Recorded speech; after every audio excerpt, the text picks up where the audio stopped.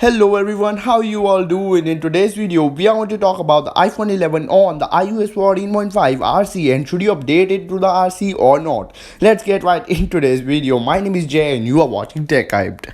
Alright, so I updated this device to this firmware a while ago and this device is performing really good on this firmware. Some people were having some animation stutters on the beta 8 of iOS 14.5. I have never got into animation stutter or any issue till now on this firmware. Obviously this is the RC, so the build number is the same as the public version when it will be out, so it is basically the copy of the original version. So if you are on the RC, it means the public version, you are using basically a public version before public gets it.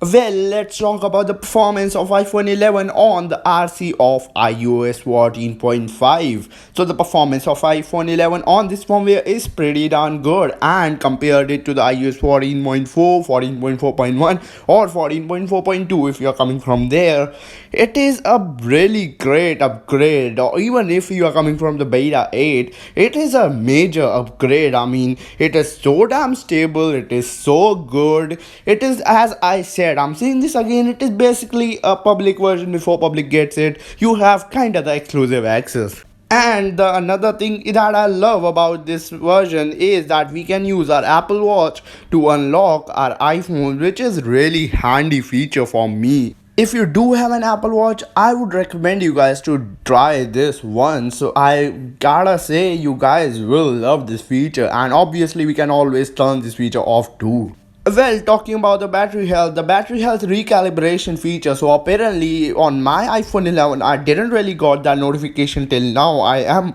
coming from the beta 8 of iOS 14.5, but I never really got the notification of recalibration. I am at 98% of battery health, and I don't really know how this is actually happening. Why I am not getting the recalibration thing. But if you are on iPhone 11 and you are updating to this firmware, you may get a recalibration notice above the battery health tab.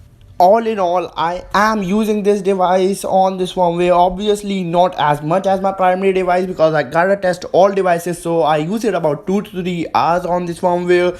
So my experience till now have been pretty much positive, and 2 to 3 hours usage, I get around in a day approximately 60%, or sometimes I end my day around 50% in the minimum stage when I use my device like 4 hours.